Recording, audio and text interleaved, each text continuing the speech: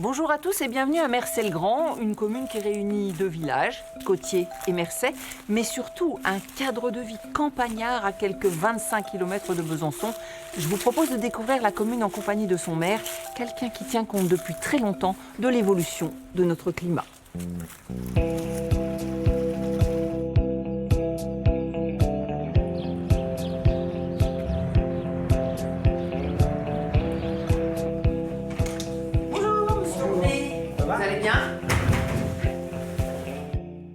Alors, Monsieur Aubry, ces graphiques, ils viennent d'où?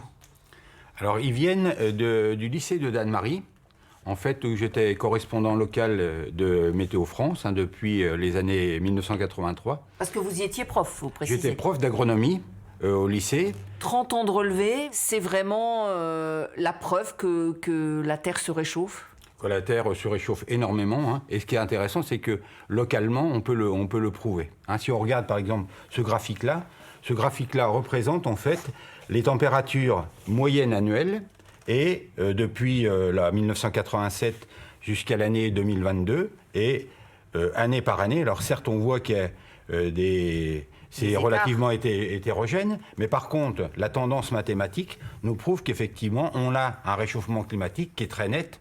On est à peu près à 1,7 degré de plus par rapport à ce qu'on a commencé il y a 33 ans.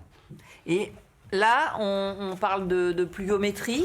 Donc là, c'est pareil, on a des graphiques qui sont édifiants quand même. Les graphiques sont effectivement conséquents, hein, on les voit bien. Ça, c'est la moyenne ici, la moyenne des 33 dernières années. Et ici, c'est l'écart. Donc, ici, on est en dessous. Donc, c'est le déficit hydrique, le manque d'eau. Et par rapport à la moyenne, on est à 230 mm de moins que la moyenne sur les 33 dernières années. C'est énorme. Donc, en fait, quand on conjugue les deux, augmentation des températures et déficit hydrique, c'est une vraie catastrophe, effectivement, au niveau agricole, au niveau forestier, etc.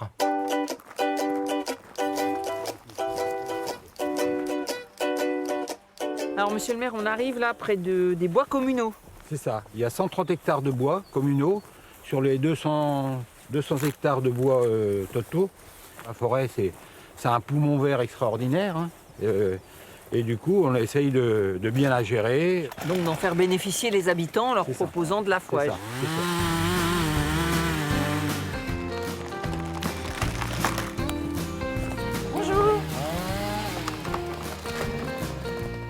Qui coupez régulièrement, vous voyez que les frênes, c'est la fin des frênes. Tous les frênes sont malades, les hêtres sèches, et il y a même des chênes qui sont malades maintenant.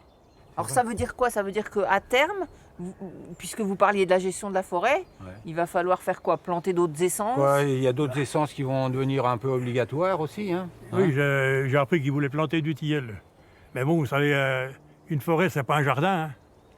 C'est pas dans l'année que vous allez voir. C'est dans les 100 ans, dans les 100 ans. Oui, 50, 100 ans, des fois selon les essences. Là, la forêt, c'est ça. Hein. On ne travaille pas pour soi, on travaille effectivement pour les enfants, les petits-enfants, voire bien après aussi. Alors, monsieur le maire, ce bois communal, à la différence de celui qu'on a vu avant pour la fouage, celui-là, il sert à valoriser des bois que la commune vend. C'est ça. Là, on vend des grumes.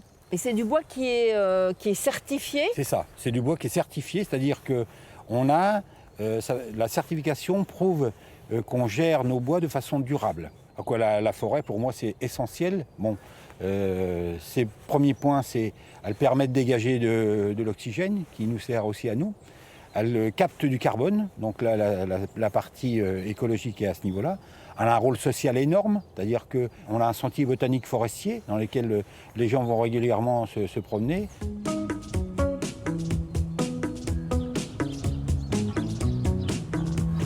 Alors donc là, monsieur Aubry, on se trouve devant la salle polyvalente qui a été entièrement rénovée et rénovée en prenant en compte justement l'environnement, les normes environnementales. C'est ça. C'est-à-dire que notre objectif, c'était de réduire considérablement la consommation, aussi bien en chauffage déjà, en électricité.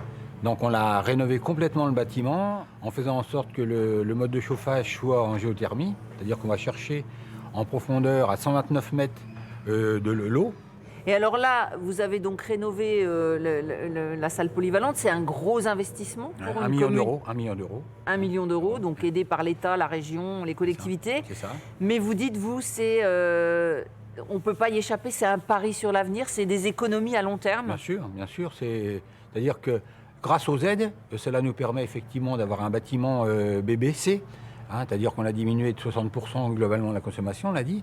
Et non seulement c'est un avantage économique, un avantage environnemental, parce que du coup on dégage moins de déperdition de chaleur. Merci beaucoup. Alors vous l'avez compris, ici l'environnement c'est quelque chose de fondamental, à tel point que le prochain projet avec l'État, le département, les collectivités, ce sera de relier Marnay, Saint-Vith à Marnay, en passant par Mercey-le-Grand, par des voies cyclables.